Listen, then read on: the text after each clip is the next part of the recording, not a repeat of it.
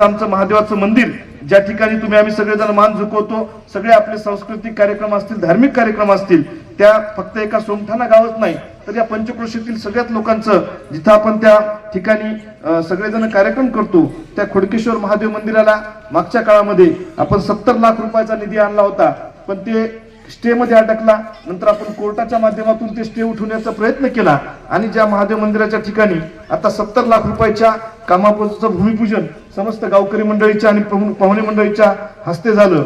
दुसरा या कार्यक्रमामध्ये सोमठाणा किनवणा रस्त्यासाठी सातत्याने आपल्या गावातली मंडळी मागणी करत होते. मी सुद्धा आपल्या प्रतिनिधी म्हणून 3-3.5-4 वर्ष काम केलं. 1.5 वर्ष कोरोनात जरी गेलं असलं तरी मी तुमची सगळ्यांची माफी मागतो की हे काम करायला आपल्याला थोडा उशीर झाला आणि निधी सुद्धा त्या माध्यमातून कमी आला होता.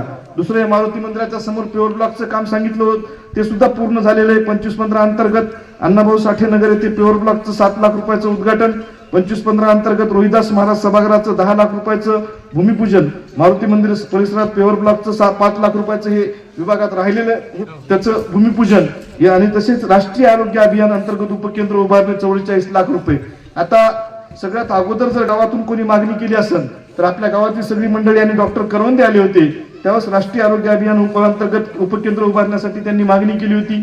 त्याच वेळेस ते उपकेंद्र कोविडच्या अगोदर पूर्णपणे पाणी गळत होतं आणि तिथं सातत्यानं सगळ्या लोकांची मागणी होती की आमचं उपकेंद्र झालं पाहिजे.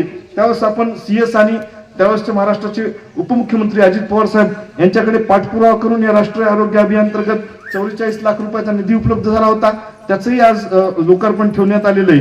या सगळ्या कामासाठी आणि कालच परवाच 8 दिवसाखाली आपण या विभागामध्ये आपल्या जे बंधाऱ्याचं सुद्धा भूमिपूजन केलेलं आहे.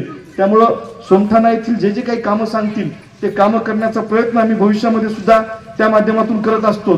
पण तुम्हाला आम्हाला सगळ्यांना सांगायला एक महत्वाची गोष्ट आहे की आपण या विभागामधील साठी बागलपार्टीच्या कार्यक्षेत्रामध्ये आणि सोमठाण्याच्या कार्यक्षेत्रामध्ये 150 एकर मध्ये MIDC सुद्धा प्रपोज केलेली आहे. त्याची आपल्या मराठवाडा मुक्ती संग्राम दिनाच्या दिवशी संभाजीनगरला त्याची घोषणा सुद्धा झालेली आहे.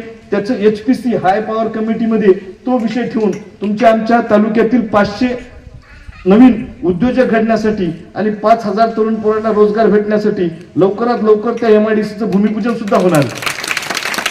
आपण दुसरं बघत असतात की या विभागामधील बंधाऱ्याचे काम असू द्या, जे आता वेगवेगळे पक्ष, वेगवेगळ्या जाती, वेगवेगळे लोक असतात आणि सगळ्याचा गाडा चालविण्याचं काम त्या माध्यमातून करावं लागत असते. प्रत्येक जण आपापल्या पद्धतीनं धर्माची व्याख्या सांगते, कोणी जातीची व्याख्या सांगते. मी तर म्हणतो की हिंदू धर्माची व्याख्या अशी आहे, आपल्या समाजाचा अभिमान बाळगणं आणि दुसऱ्या समाजाचा आदर करणं ही हिंदुत्वाची व्याख्या आहे. पण आता निवडणुकीत राजकीय पक्ष सुद्धा तिथं वेगवेगळ्या जाती धर्माच्या नावावर राजकारण करण्याचं काम असेल वेगवेगळ्या ठिकाणी करत असतात. आणि पण आतापर्यंत धार्मिक क्षेत्रामध्ये वेगवेगळ्या मारुती मंदिरासाठी असेल, महादेव मंदिरासाठी असेल, तीर्थक्षेत्राच्या माध्यमातून जवळपास 25 कोटी रुपयाचा निधी आपण उपलब्ध करून देण्याचं काम केलेलं आहे. जिथं जिथं म्हणून तिथं तीर्थक्षेत्र आहेत त्या प्रत्येक ठिकाणी आपण 1 कोटी 2 कोटी रुपये आणण्याचं काम केलेलं आहे. ज्यावेळेस संविधानानं आपल्याला हे सगळे अधिकार दिले तर त्यासाठी सगळ्या जाती धर्माच्या लोकांना त्या माध्यमातून आपल्याला तिथं निधी उपलब्ध करून देणं हे सुद्धा आपल्याला काम असतंय. आता त्यांनी सगळेच म्हणत होते की बाबा हे राजू नवघरेने टाकलं, राजू नवघरेने टाकलं. राजू नवघरेनं कुठेही तिथं स्वतःचं सोयाबीन विकून, कापूस विकून, तिथं ज्वारी विकून हा निधी टाकलेला नाही.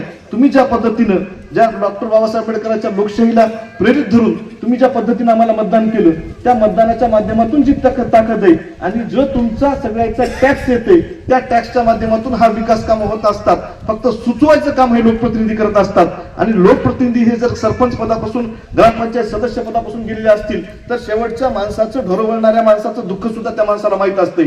शेतकऱ्याचे प्रश्न काय, शेतमजुराचे प्रश्न काय, बागायतदारांचे प्रश्न काय, महिलांचे प्रश्न काय. आणि जवळपास 1000 बाबासाहेबांनी सांगितलं की 1000 महिलांचे गर्भपिशवीचे ऑपरेशन्स असतील, या तालुक्यातील ब्रेन ट्यूमर असतील, कॅन्सर असतील, अशा जवळपास 1000 लोकांचं तिथं आपण ऑपरेशन करून देण्याचं काम असेल. 10,000 महिला आणि पुरुषांचे डोळ्याचे ऑपरेशन करून देण्याचं काम असेल. हे सगळी कमाई आम्ही तुमच्या सगळ्याच्या आशीर्वादावर करू शकलो.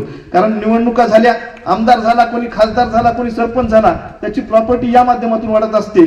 पण आम्ही या मतदारसंघातील 3 लाख लोकांचे मन जिंकण्याचं काम आणि त्याच्या माध्यमातून प्रॉपर्टी वाढवण्याचं काम केलेलं आहे. आमची प्रॉपर्टी, आमचं जे वैभव आहे ते लोकांच्या मनामध्ये आम्ही त्या माध्यमातून उभं केलेलं आहे. उद्या सुद्धा 14-15 तारखेपासून आपल्या इथं डॉक्टर तात्याराव लहाने साहेब यांच्या माध्यमातून 1000 ऑपरेशन आपण ठेवलेले आहेत.